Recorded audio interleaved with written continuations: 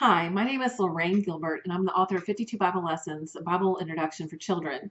And I want to tell you a little bit about this curriculum. Now, a little bit of background, I've taught both in Baptist churches and in Methodist churches, and I've been teaching for a long time. I'm also a certified teacher. And what I was finding is that in our particular church and in many churches across the U.S., around the third grade, they get either a classroom set of Bibles or they get their own. The churches sometimes give them their own Bible. And then they get maybe another special Bible, more of an adult version at the sixth grade when they go through confirmation. So starting about that third grade level, they're really able to understand the stories more in depth and kind of get more of an idea of how the whole Bible is set up. And by letting them figure out how the Bible is set up, they're able to really plug in where the stories go. And so as I was teaching this curriculum, I was asked to teach the kids that had just received their Bible a little bit about the entire Bible, go from Genesis all the way through Revelation, and let them have kind of an introduction. So I was given a curriculum that had 12 lessons in it. Now, they were very long lessons, but it didn't help. It was outdated curriculum, and it was a good start, but we were missing a lot of information. So I started supplementing, spending anywhere between 6 to 8 hours a week looking online for free lessons to add to it and things like that, and it just was not working. So I said, okay, I'm just going to go ahead and gift a curriculum to my church, and I'm going to go out and buy one that's already set up. And the problem was I couldn't find anything. Now there's 66 books of the Bible, but some of them are very, very short. So I was able to combine some of the lessons with the shorter books of the Bible together. And I'm going to let you see a little bit about this and why I think it's just a really good back to the basics curriculum where the children hear those stories that they love, but they see where they fall in the Bible and they really understand how the Bible's set up, and they can start using it as a foundation as they build towards confirmation and youth groups and things like that. So let's start looking at the Bible. This right here is the teacher workbook. It's 247 pages. It comes in a variety of formats. The format that I have for you now is just a digital download that you can just print, okay, yourself, and then you can put it in a binder. It actually comes with a couple of pages at the back where you can just take those and put them in either the front cover or the back cover or the side so that it looks like you purchased it already done for you, okay? And then there's also student books. Now the student books can come printed just like this one, where all the pages are printed and you can have it in color or black and white. Either one works fine because this is, we believe that learning about God should not be expensive. So we've designed it so that it can be printed in color or black and white. And what I love about the digital downloads is that there's only a few pages that you really would want to print color that really stand out, like one is a map and things like that. So if you print it yourself, you can choose those pages to print in color, and the rest of it print in black and white if you want to save money. All right, so this curriculum will get you through the entire year. Okay, it starts in August with back to the school and things that are happening on with children's lives at the time. We do take breaks from the systematic approach to the Bible, so we can talk about Easter at Easter, Christmas at Christmas, back to school, so that it all makes sense, because children learn by what they're experiencing in their school year too. So it mimics the students' school calendar and also the Christian liturgical calendar. All right, so now I want to take a closer look at this actual curriculum so that you can have an idea of what it looks like. All right. Now this, if you order it pre-printed, it will come in a coil binder so that you can just open it and lay it flat like this. But once again, you can order it as a digital download and just print it as yourself.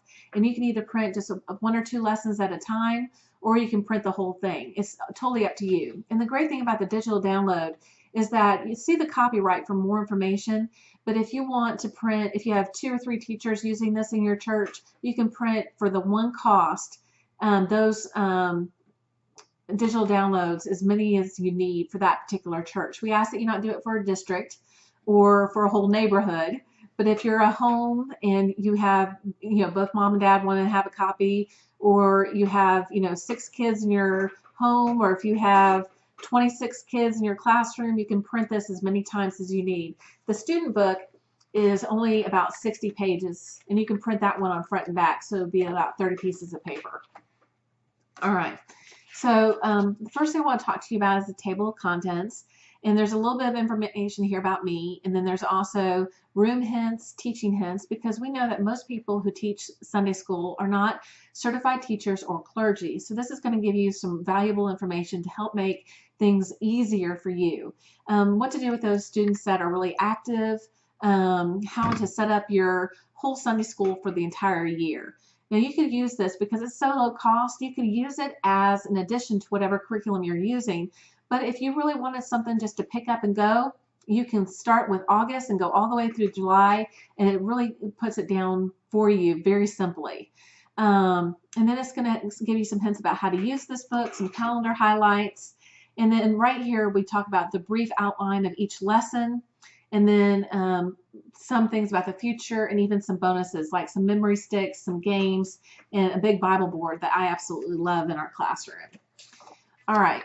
So this is the brief outline of each of the lessons, and you can see the first month of August is really generic because some people don't start their church Sunday school back until September. So if you start in September, you're not going to miss anything. But in August, we've got activities for you, and they're great to use. And if you need to incorporate any of those in your first month of September, you can kind of, add those to them, some of those activities. And then starting September 3rd, we actually start with Genesis. You'll see we'll go through each book of the Bible. And then at Christmas, we're talking about Christmas. Easter, we're talking about Easter and all that good kind of stuff. Lent, all that is mentioned. Ascension, Pentecost, all that stuff is mentioned. At the very end, we also have a celebration worked into the curriculum so that you can give a certificate to the kids and tell them what a great job that they did. Now let's look at one particular lesson. All right, this is lesson number 10, and this is actually downloadable from our website if you need to actually see it where you can see it a little bit closer versus whatever image you're seeing here on the YouTube. But the first page breaks it all down with you with all your supplies and everything that you need to know. So you have a 5-minute prep for your lesson. We're trying to make it really, really simple. So if your teachers change every week or every quarter or however your church is set up or however you want to do your home, it's all laid out there so that you can know within 5 minutes what you're going to need to teach this class and what the main idea is. It has the date that we recommend. It has the calendar significance. In this case, Columbus Day is going to be on Monday. There's also a copy and swipe section, which is if you get the digital download, you simply copy it with your computer mouse, and then you can paste it into an email and send your kids, if you're teaching as a Sunday school curriculum, to the parents of the kids that you're going to be teaching, so the parents know exactly what you're going to be doing in class. And what's included in this is something for the family to do together. Very simple. It can be something that you just talk about in the car, something you talk about in the dinner table, just some way to get the family involved with the lesson. And the next thing is going to be the supplies. And then it's going to tell you everything that you're going to need. Now, most of our supplies you're going to find in a regular household art table type thing, or you're going to find in a supply closet at church.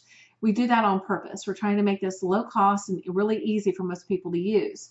Now, occasionally, like especially around Christmas, there's some optional crafts that you might need a little bit more stuff. But we give you plenty of warning for those, and it's still very low cost. Then there's a background information, just about a paragraph about what this lesson is going to be about.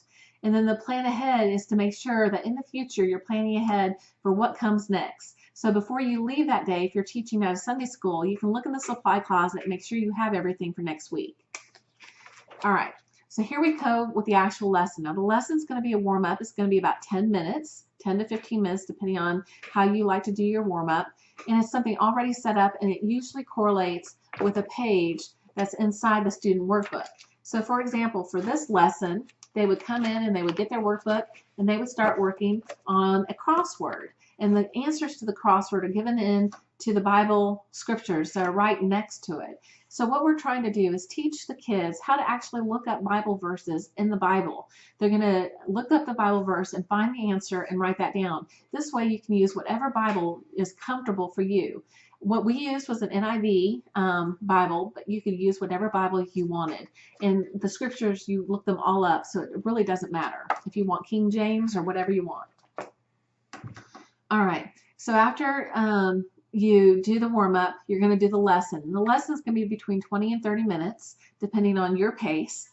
And it's all laid out there for you. When you see a Bible verse in bold, you're actually going to look it up. If it's just in light color, it means that you're just know that it's there.